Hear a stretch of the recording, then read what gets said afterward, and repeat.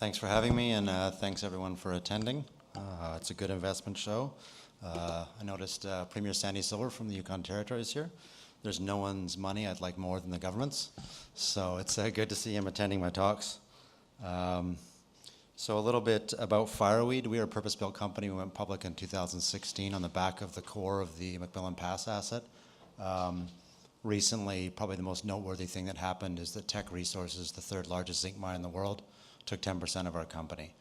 For a company that has a zinc project in northern latitudes in Canada, there's probably no greater vote of confidence in your project and management team than to have Teck invest and trust you to execute. The project, as I mentioned, is located in eastern Yukon Territory, about 150 kilometers northeast of the village of Ross River and about 300 kilometers outside of Whitehorse. We are connected to the port via a road through Ross River and Whitehorse to the port of Skagway, which is in Alaska. It's a big project, about 544 square kilometers. And the resource that we have there now is really focused on two areas, the Tom deposit and the Jason deposit you'll see there. There are two known other occurrences of mineralization with drill intersections, the end zone and boundary zone, as well as visible intersection in the northwest, which are not yet part of the resource.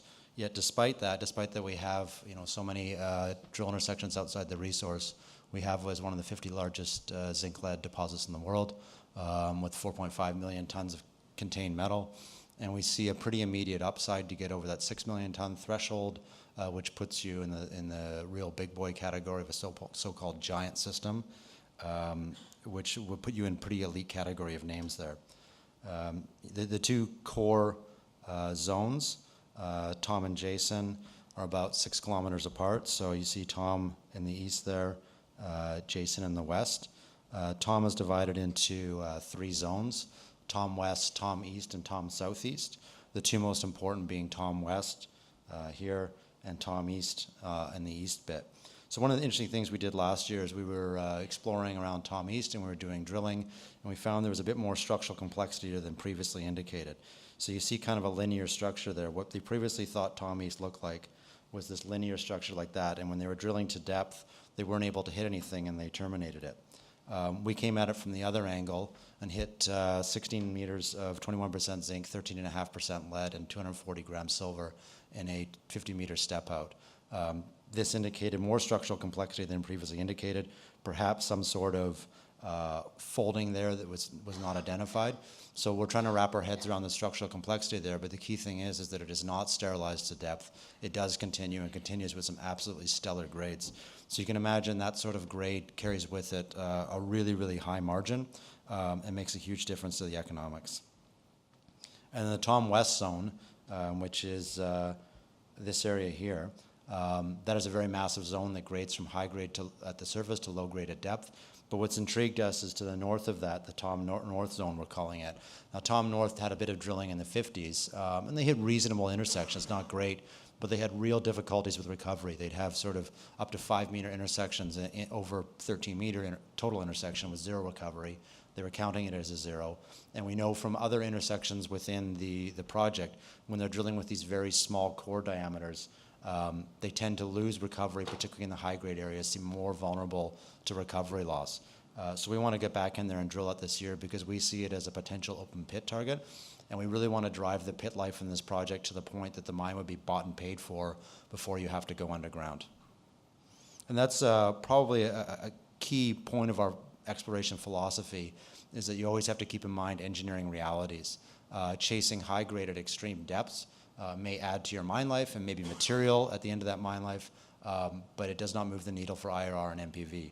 So we really want to understand, how do you take this thing from what is our PEA last year said are very healthy economics, how do you take it from healthy to stellar? So the Jason deposit divided into 2 zones, Jason South, which is on the left there, and Jason Main on the right. Now these two were always interpreted to be 2 sides of a syncline. And what's interesting is not only that you could potentially connect the syncline at depth there, but there's 2 layered horizons in Jason South, but only one horizon's ever been drilled in Jason Main. Once they found Jason Main or Jason South, they switched to drilling that exclusively back in the day in the 80s. But we see in an opportunity for a second horizon there.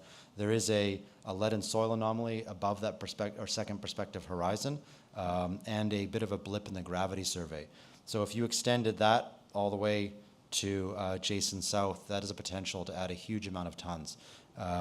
Jason Main itself has around 11 million tons. So if you have a parallel zone to that, that can make a huge difference to the economics. And the interesting thing is when you're underground mining, if it's an immediately parallel zone, your underground capex is exactly the same, but now you've got twice the tonnage available to you for that same capex. So that is a real big difference in economics. And what intrigues us about this project and what really brought Teck to the table is not that Tom and Jason are already so attractive. It's that, and have so much growth potential. It's the district play. Now, a lot of people talk about district projects, district scale projects. The first thing necessary to talk about a district is to have a district scale project. We do 544 square kilometers. The next thing is to actually have a repeatable thesis for discovery of more additional deposits within that district. If you can find more, then you may be onto something.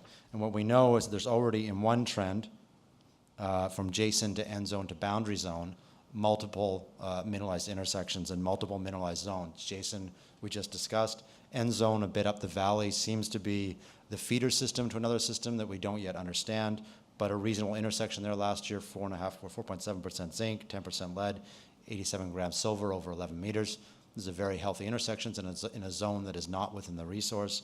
And then further up the valley is the boundary zone, which is not a classic SEDEX system. It seems to be a more hydrothermal zinc-silver system.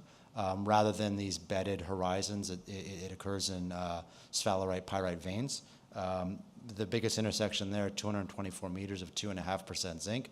The 2.5% zinc does not really grab your attention, but the 224 meters definitely should. And within that, you do have very high-grade intersections in various parts. And you see in some other holes, even some 1 meter intersections of nearly pure sphalerite. So the question for boundary zone is there sufficient tonnage there? Is there grade upside? And is there a core of that that might represent a very, very high-grade zone of that system? And then in between the two, in between end zone and boundary zone, we're seeing these gravity signatures, which are very consistent with what we see in other areas of the project over the known deposits. That makes us think that there's more yet of these deposits to be found. Now these deposits all seem to occur, or anomalies all seem to occur along the same fault that we think is the original basin bounding fault, and possibly where you have cross-cutting structures there. So we want to get in there and we want to test some of those this summer. And the key thing is that these targets had all been overlooked before because they're under about 10 to 20 meters of till, and they simply did not have the technology to look through that till. So now we're using very advanced gravity. We're correcting for overburden thickness using passive seismic. We're using deep geochemistry such as soil gas hydrocarbons to try to look through that. We're getting some very interesting results, and we expect that hopefully one of these bear fruit this summer. Yes. I will end it there with 1 minute left. I am here and I have some time tomorrow. I'm happy to talk tonight, but otherwise please feel free to reach out to me for more details. Thank you very much. Yeah, sure. Yeah. Yeah. Sorry, that was at the beginning. It is 11.2 million tons indicated, 39.5 million tons inferred at around 10% zinc equivalent.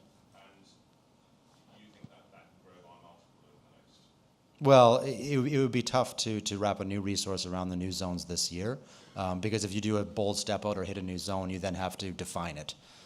So really our ambition this summer is not so much to grow that resource, but to show the potential for the quantum leaps and then infill at a later date.